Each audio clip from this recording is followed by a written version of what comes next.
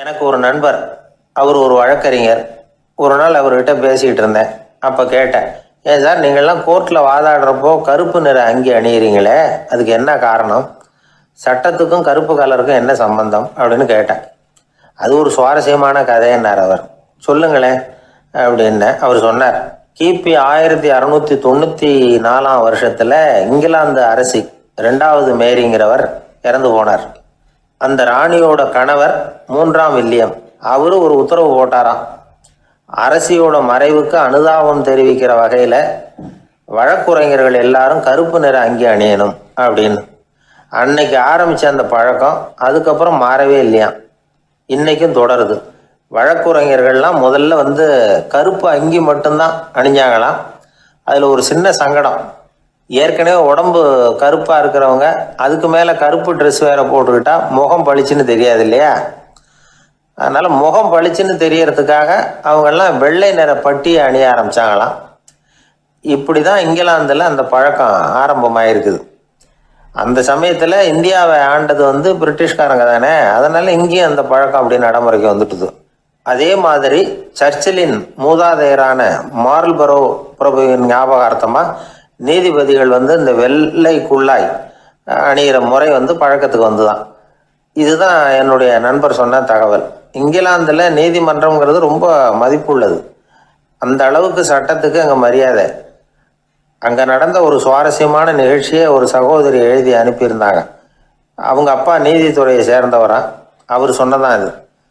அவங்க எழுதி அனுப்பியிருந்த விஷயம் என்னென்னா, அங்கே ஒரு கேஸில் ஒரு முக்கியமான தீர்ப்பு வழங்க வேண்டியிருக்குது. ஜட்ஜு, பாரட்லா படித்த பெரிய பெரிய வக்கீல்கள், ஜூரி எல்லாருமா கூடி அந்த கேஸை பற்றி விவாதிக்கணும். சுமாராக 40 பேர். இதுக்காக கோர்ட்டு ஹாலில் விசேஷ சேம்பரில் நுழையிறதுக்கு முன்னாடி அவங்களெலாம் தங்களுடைய கோட்டு தொப்பி எல்லாத்தையும் கழட்டி அங்கே நின்றுக்கிட்டு இருந்த ஒரு அட்டண்டர்கிட்ட கொடுத்துட்டு உள்ளே போனாங்க. அந்த ஆள் படிக்காதவர். அவர் ஒவ்வொருத்தர் கொடுக்குறதையும் வாங்கி அங்கே அப்படியே ஒரு இடத்துல அடுக்கி வைக்கிறார். அப்படியே வாங்கி உள்ளே வச்சுக்கிட்டு இருக்கிறார் ஒவ்வொரு இடத்துல. அது அவரோட வேலை. உள்ளே போன ஜட்ஜி, வக்கீல், ஜூரி எல்லாரும் ரொம்ப நேரமாக அந்த கேஸை பற்றி விவாதிக்கிறாங்க. ஒரு நாள் பூரா ஆயிட்டுது. அவ்வளவு தீவிரமாக அக்கு வேறு ஆணி வேறையை பிச்சு உதறி இருக்கிறாங்க. ஒரு வழியாக 13 மணி நேரம் கழித்து வெளியில் வந்திருக்கிறாங்க. ஒவ்வொருத்தராக வர வர அந்த அட்டண்டரும் அவங்கவுங்க கோட்டு தொப்பியை அவங்கக்கிட்ட எடுத்து ரொம்ப மரியாதையாக திருப்பி கொடுத்துக்கிட்டு இருக்கிறார். கடைசியாக ஜட்ஜ்மெண்ட்லாம் எழுதி முடிச்சுட்டு ரொம்ப திருப்தியோடவும் களைப்போடவும் வெளியில் வந்துக்கிட்டு இருக்கிறாராம். இந்த ஆள் அவருடைய மேல் கோட்டையும் தொப்பியையும் எடுத்து அவர்கிட்ட ரொம்ப மரியாதையோடு நீட்டினாராம். ஜட்ஜுக்கு ரொம்ப ஆச்சரியம். இந்த ஆள் எப்படி இவ்வளவு பேரோட கோட்டு தொப்பி எல்லாத்தையும் ஞாபகம் பேசாமல் திருப்பி கொடுக்குறார் அப்படிங்கிறது அவருக்கு ஆச்சரியம். அதனால் அவர் அந்த ஆளை பார்த்து கேட்டாராம், ஏப்பா இந்த கோட்டை கொடுக்குறிய, இது என்னோடது தானா? என்னோடது தான்னு உனக்கு எப்படி தெரியும் அப்படின்னாராம். இதுக்கு அந்த பியூனு ரொம்ப பதவிசா பதில் சொன்னாராம், ஐயா இந்த கோட்டு ஹேட்டை உங்ககிட்ட வாங்கி மாட்டினேன், இப்போ திரும்ப உங்ககிட்ட தரணும், தந்துட்டேன். இதுதான் என்னோட வேலை. மற்றபடி இது உங்களோடதா இல்லையா அப்படிங்கிறதெல்லாம் எனக்கு தெரியாதுங்க அப்படின்னாராம்.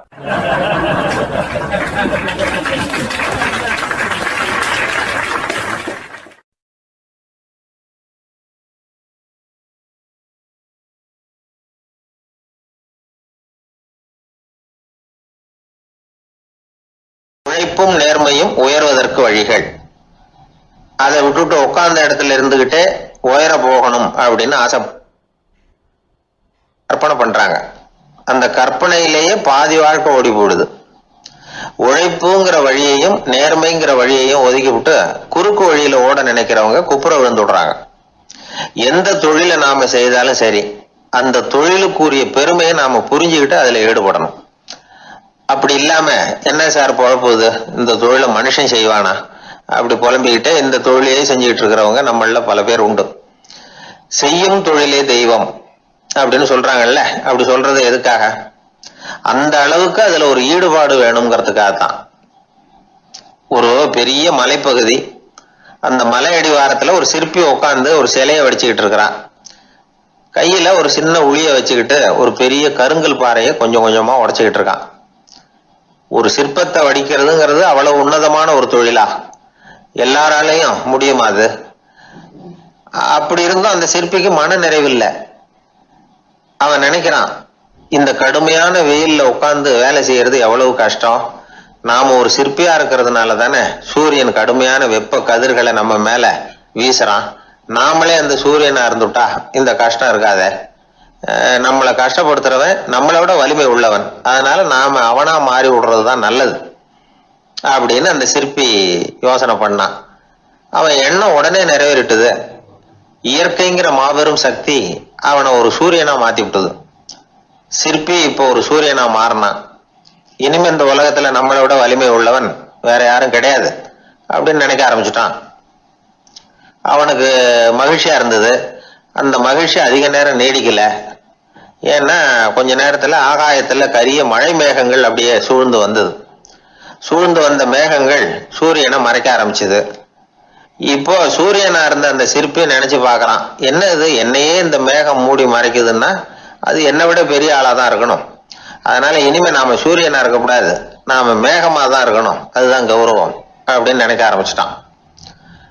இப்பவும் பாருங்க, இயற்கை அவனுடைய ஆசையை நிறைவேற்றி வச்சது. சூரியனா இருந்த சிற்பி மேகமா மாறினான். வான வீதியில அப்படியே உல்லாசமா வர ஆரம்பிச்சான்.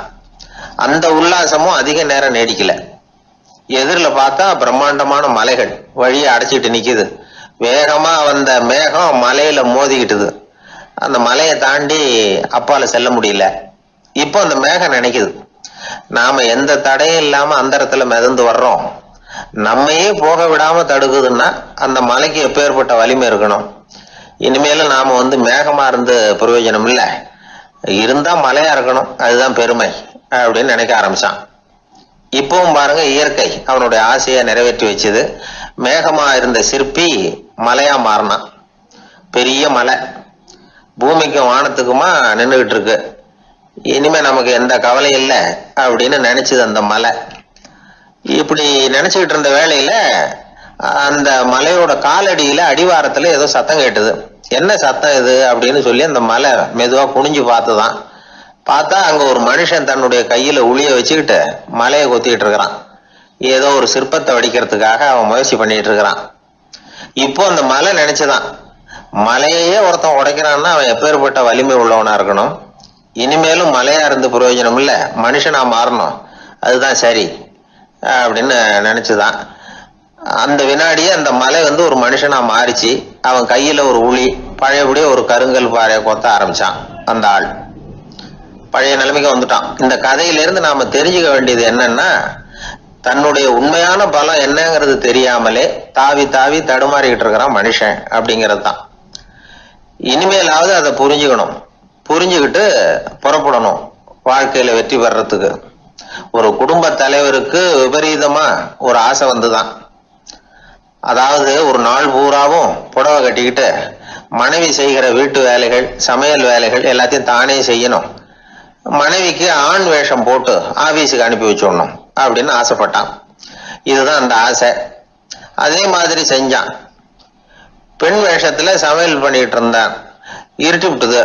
இந்த சமயத்துல வாசல் கதவு தட்டப்படுற சத்தம் கேட்டுது. ஓடி போய் திறந்தான். பக்கத்து வீட்டு அம்மா கிடுகிடுன்னு உள்ள வந்துட்டாங்க, காப்பி பொடியோ ஏதோ வாங்கறதுக்கு. இவன் பயந்து போய், கமலாம்மா, நான் சுசீலா இல்ல, சுசீலாவோட புருஷன், பெண் வேஷத்துல இருக்கிறேன், சும்மா ஒரு சேஞ்சுக்காக அப்படின்னா. உடனே அந்த அம்மா கிட்ட பயப்படாத, நானும் கமலா இல்ல, கமலாவோட புருஷன், இதுவும் சும்மா ஒரு சேஞ்சுக்காகத்தான் அப்படின்னு. இப்படி வாழ்க்கைய விபரீதமா நினைச்சுக்கிட்டு வேற வேற கற்பனைகள்ல வீணாக்கிக்கிட்டு இருக்கிறவங்க தான் ரொம்ப அதிகம். நாம அதுவா மாறணும்னு நினைக்கிறது தப்பு. நாம இருக்கணும் அப்படின்னு நினைக்கிறது தான் உண்மை, அதுதான் சரி. அந்த சிற்பி என்னென்னோ கற்பனை பண்ணி கடைசியில மறுபடியும் சிற்பியாகவே சேர்ந்தான் பாருங்க. அதனால நம்முடைய உண்மையான பலம் என்ன அப்படிங்கறத தெரிஞ்சுக்கிட்டு நடந்துகிட்டோம்னா வாழ்க்கையில எப்பொழுதும் வெற்றி நிச்சயம்.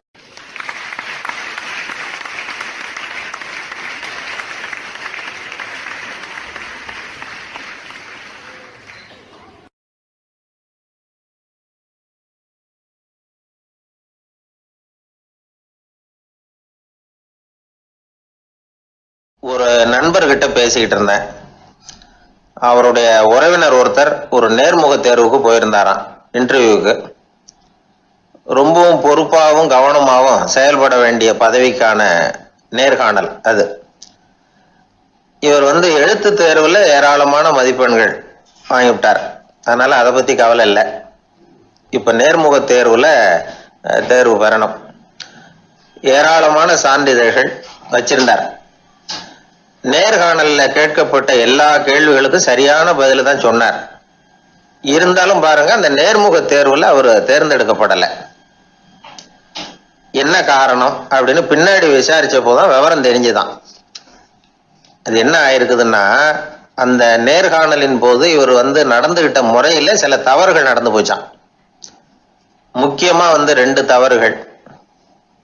ஒண்ணு, அவங்க ஒரு கேள்வியை கேட்டு முடிக்கிறதுக்குள்ளேயே இவர் பதில் சொல்ல ஆரம்பிச்சுட்டாராம்.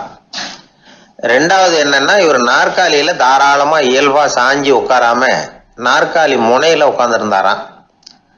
இந்த 2 விதமான செயல்பாடுகளும் இவர் அவசரப்படுறவர், பதற்றப்படுறவர் அப்படிங்கிறதுக்கான அடையாளங்கள். அதாவது கேள்வியை கேட்டு முடிக்கிறதுக்குள்ளேயே முந்திக்கிட்டு பதில் சொல்றது. 2வது, நாற்காலியில இயல்பா தாராளமா உட்காராம நாற்காலி முனையில உட்கார்றது. பார்க்க போற வேலைக்கு அவசரம், பதற்றம் இது 2 இருக்கக்கூடாதான். அதனால மார்க் இருந்தும் சர்டிபிகேட் இருந்தும் அந்த வேலை வாய்ப்பு அவருக்கு கிடைக்கல.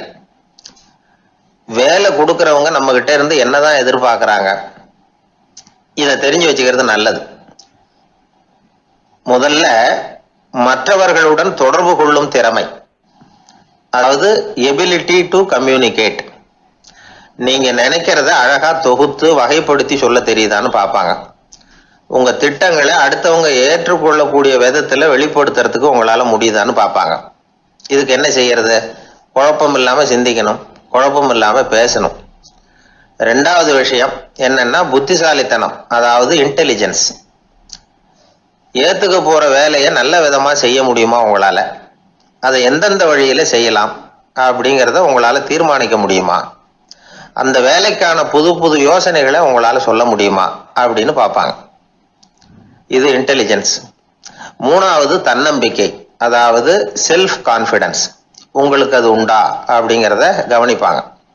எந்த சூழ்நிலையையும் சமாளிக்கணும், எப்படிப்பட்ட மனிதர்களையும் சமாளிக்கிற தைரியம் வேணும், அடுத்தவங்களை நமக்கு சாதகமா திருப்பக்கூடிய தன்னம்பிக்கை வேணும்.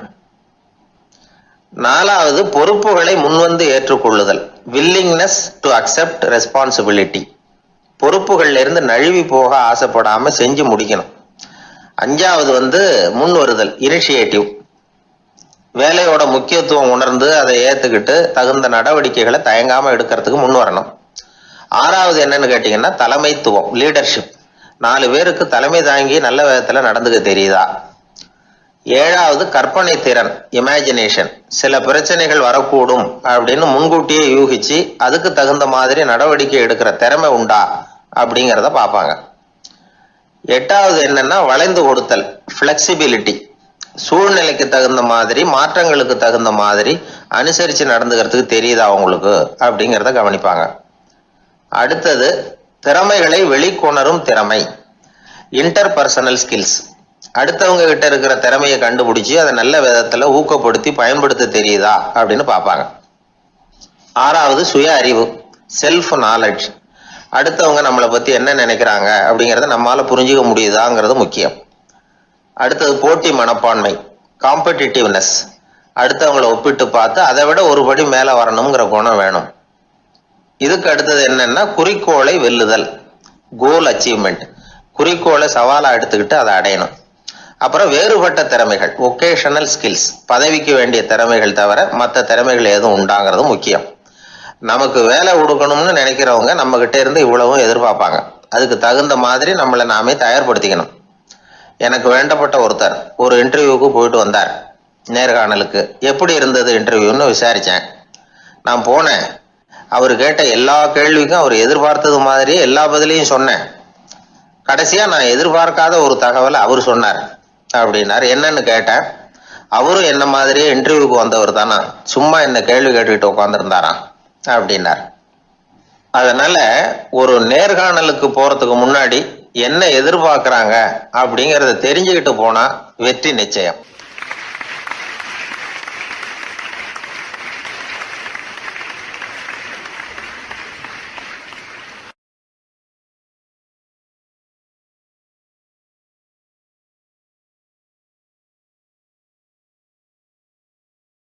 அன்பா இருக்கணும்னு அநேக பெரியவங்க சொல்லியிருக்கிறாங்க. நாமளும் அதை கேட்டுட்டு அன்பு காட்டுறதுக்கு தயாரா தான் இருக்கிறோம். அதை வாங்கறதுக்கு தான் ஆளை காணும். இருந்தாலும் அன்புல எத்தனையோ வகை உண்டு. அதை சரியா புரிஞ்சுக்கிட்டு அதுக்கப்புறம் அன்பு காட்ட ஆரம்பிக்கணும். வகையை புரிஞ்சுக்காம அன்பு காட்டினா வம்புல மாட்டிக்க வேண்டியதுதான். அன்புன்னா சாதாரணமா நினைச்சு விடாதீங்க. அதுல எவ்வளவு விதம் தெரியுமா? இரக்கம், கருணை, காருண்யம், பந்துத்துவம், பட்சம், பாசம், நேசம், விசுவாசம், அபிமானம், காதல், பக்தி, இப்படி பல விதமா அதை பத்தி சொல்லி வச்சிருக்கிறாங்க பெரியவங்க. இந்த வார்த்தைகள்லாம் நாம கேள்விப்பட்டதுதான். இருந்தாலும் அதுகளுக்குள்ள என்ன வித்தியாசம்னு கேட்டா சரியா சொல்ல தெரியாது. அதனால இந்த வார்த்தைகளுக்கெல்லாம் பெரியவங்க என்ன விளக்கம் சொல்றாங்கன்னு இப்போ பார்க்கலாம். எளியவர்கள் மேல செலுத்துற அன்பு இருக்கு பாருங்க, அதுக்கு இரக்கம்னு பேரு. அறிவு பலம், சரீர பலம், இது ரெண்டும் இல்லாதவங்க மேல, அதாவது வலிமையற்றவர்கள் மேல செலுத்துற அன்பு இருக்கு பாருங்க, அதுதான் கருணை. எறும்புல இருந்து யானை வரைக்கும் சகல ஜீவராசிகள் மேலேயும் காட்டுற அன்புக்கு காருண்யம்னு பேரு, ஜீவகாருண்யம். சிவி சக்கரவர்த்தி காட்டின அன்பு இந்த ரகம். உறவினர்கள், சொந்தக்காரங்க, அவங்க வசதியா இருந்தாலும் வறுமையில இருந்தாலும் வித்தியாசம் இல்லாம காட்டுற அன்பு இருக்கு பாருங்க, அதுக்கு பேரு பந்துத்துவம். ஒரு எஜமானன் வேலையாள்கிட்ட காட்டுற அன்பு இருக்கு பாருங்க, அதுக்கு பேரு தான் பட்சம். அவனும் தன்னை மாதிரி மனுஷன்தாங்கிற நினைப்பு வேணும். ஒரு தாய் தன்னுடைய குழந்தை மேல, ஒரு குழந்தை தன்னுடைய தாய் மேல செலுத்துற அன்புக்கு பாசம்னு பேரு. ஈருடல் ஓர் உயிர்னு நினைக்கிறது இது. ராமரும் கௌசலையும் இதுக்கு உதாரணம். தம்மை ஒத்த நண்பர்கள் கிட்ட செலுத்துற அன்புக்கு நேசம்னு பேரு. வயசு, செல்வம், அந்தஸ்து, இந்த வித்தியாசமெல்லாம் பார்க்காம அவங்க சுக துக்கத்துல சமபங்கு எடுத்துக்கிறது இது. கிருஷ்ணன் குசேலர்கிட்ட காட்டினது இந்த ரகம். வேலை செய்யறவன் முதலாளி கிட்ட காட்டுற அன்புக்கு விசுவாசம்னு பேரு. தேசத்து மேலையும் தாய்மொழி பேர்லையும் செலுத்துற அன்புக்கு அபிமானம்னு பேரு. தேசாபிமானம்னு சொல்றமே இதுதான். ஒரு கணவன் மனைவி பேர்ல காட்டுற அன்புக்கு காதல்னு பேரு. கடவுள் பேர்ல செலுத்துற அன்புக்கு பக்தின்னு பேரு. இப்படி அன்புல பல ரகம் இருக்கிறப்போ அதுல உள்ள வித்தியாசம் தெரியாம இடம் மாத்தி அன்பு காட்டினா இடைஞ்சல் தான். சரி, இந்த அன்பை பத்தி விஞ்ஞானம் என்ன சொல்லுது தெரியுமா? இதயத்தை பாதுகாக்கிறதுக்கு முக்கியமா தேவைப்படுற ஒண்ணு இந்த அன்புதான்னு சொல்லுது. நெதர்லாந்து விஞ்ஞானிகள் இதை ஆராய்ச்சி பண்ணியே கண்டுபிடிச்சிருக்கிறாங்க. கொஞ்சம் முயல் குட்டிகளை 2 பிரிவா பிரிச்சாங்க. 2 குரூப்புக்கும் கொழுப்பு அதிகமா உள்ள ஆகாரத்தையே கொடுத்துட்டு வந்தாங்க. ஆனா ஒரு குரூப்புக்கு வெறுமன ஆகாரத்தை கொடுத்ததோட சரி, இன்னொரு குரூப் முயல்களுக்கு ஆகாரம் கொடுத்ததோட நிறுத்திக்கல. அதுக்கு முன்னாடி கூண்டுகளை திறந்து விட்டு முயல்களை கொஞ்ச நேரம் எடுத்து கொஞ்சி விட்டு அதுக்கப்புறமா ஆகாரம் கொடுத்தாராம் ஆராய்ச்சியாளர். இந்த குரூப்புக்கு இதய பாதிப்பு 60% குறைச்சலா இருந்துதான். சில நோயாளிகளுக்கு ஹார்ட் அட்டாக் வந்தாலும் அதை தாங்கிக்கிட்டு குணமாகிற சக்தி அதிகமா இருக்குது. இது எப்படின்னு ஆராய்ச்சி பண்ணி பார்த்துருக்குறாங்க. அவங்கெல்லாம் மனைவி தன் பேர்ல ரொம்ப அன்பா இருக்கிறதாக நினைக்கிறவங்களா இருக்கிறாங்களாம். இதய நோயாளிகள் பல பேரை சந்திச்சு இதய நோய் ஏற்பட என்ன காரணம்னு கேட்டிருக்கிறாங்க. அவங்க சொன்ன காரணம்லாம் சாப்பாடு சம்பந்தமா இல்லையா, மனைவி அன்பா இல்ல, இப்படிப்பட்ட காரணத்தை தான் சொல்றாங்களாம். அதனால இதயத்தை பாதுகாக்கணும்னு நினைக்கிறவங்க அடுத்தவங்க அன்பா இருக்கிறது மாதிரி பார்த்துக்குங்க, அதுதான் முக்கியம். ஒருத்தர் முகம் பூரா பிளாஸ்டரி போட்டுக்கிட்டு வந்தார். ரொம்ப கோபமா, என்னங்க ஆச்சுன்னு விசாரிச்சேன். எல்லாம் உங்களால தான் சார்னார். விவரமா சொல்லுங்களேன். என்ன? உங்க தகவலை கேட்டுட்டு ஒரு பூனைக்குட்டியை கையில எடுத்தேன், அன்பா அதை தடவி கொடுக்கறதுக்காக. ஆனா அது முந்திக்கிட்டது, அது என் முகத்தை தடவி கொடுத்துட்டுது, முகம் பூரா நகை கீறல், அதுதான் இப்படி அப்படின்னார். அன்புல அறிவு சேராததுனால வந்த கோளாறு இது.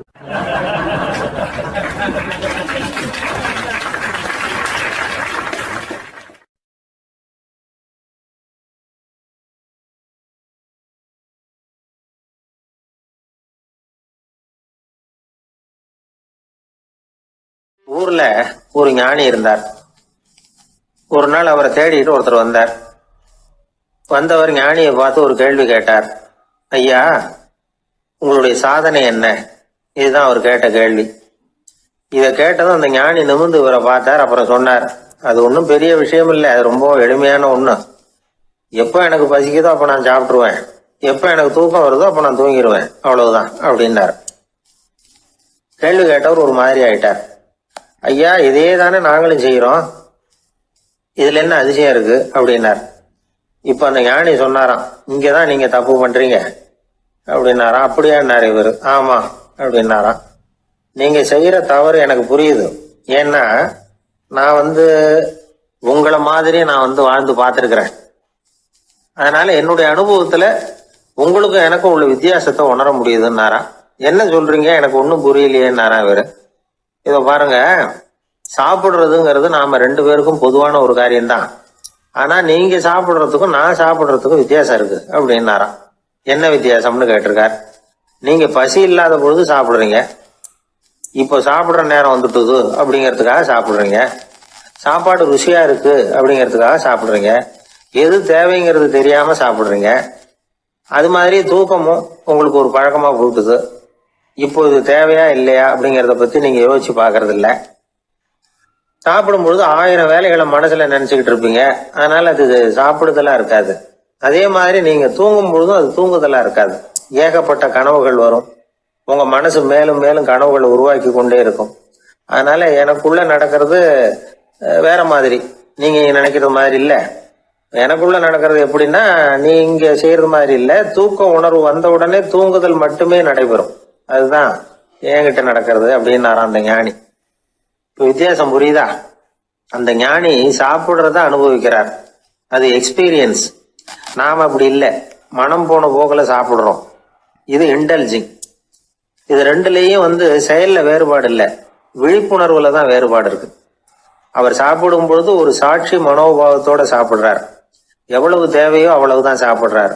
ஏன்னா அவருடைய விழிப்புணர்வு முழுமையா செயல்படுது. அதனால அவர் சாப்பிடும் பொழுது நம்மை விட மகிழ்ச்சியா இருக்கிறார். நாம அப்படி இல்லை, வயிற்றை நிரப்புறதுக்காக சாப்பிடுறோம். இன்னும் சொல்ல போனா சாப்பிடும் பொழுது நாம அங்கேயும் இருக்கிறது இல்லை, எங்கேயோ போயிடுறோம். உடம்பு மட்டும்தான் அங்க இருக்கும். ஆனா ஞானி அப்படி இல்லை. அவர் சாப்பிடும் பொழுது சாப்பிடுதல் மட்டுமே இருக்கும். எந்த ஒரு செயலையும் விழிப்புணர்வோட செய்யலாம், மனம் போன போக்கிலையும் செய்யலாம். விழிப்புடன் செய்யறப்போ செய்யும் செயல் நம்ம அனுபவமாகிறது, அவ்வளவுதான். இதெல்லாம் பெரிய தத்துவம் மாதிரி தெரியும். இருந்தாலும் நாம புரிஞ்சுக்க வேண்டியது என்னன்னா, எந்த காரியத்தை செஞ்சாலும் அதுல முழு ஈடுபாடு வேணுங்கிறது முக்கியம். அந்த அளவுக்கு முதல்ல நம்மளை மாத்திக்கிட்டா போதும். ஆனா நம்ம ஆளுங்க அந்த அளவுக்கு இருக்கிறது இல்ல, எல்லாமே அரைக்குறை தான். கேட்டா ஞாபகம் மருதி.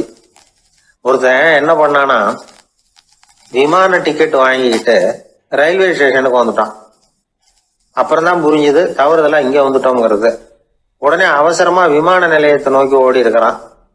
அங்க போய் கவுண்டர்ல கேட்டிருக்கான், மேடம், நான் தவறுதலா ரயில்வே ஸ்டேஷனுக்கு போயிட்டேன், இப்ப விமானத்தையும் தவற விட்டுட்டேன், அடுத்த பிளைட்ல எனக்கு இதை மாத்தி தர முடியுமான்னு கேட்டிருக்கான்.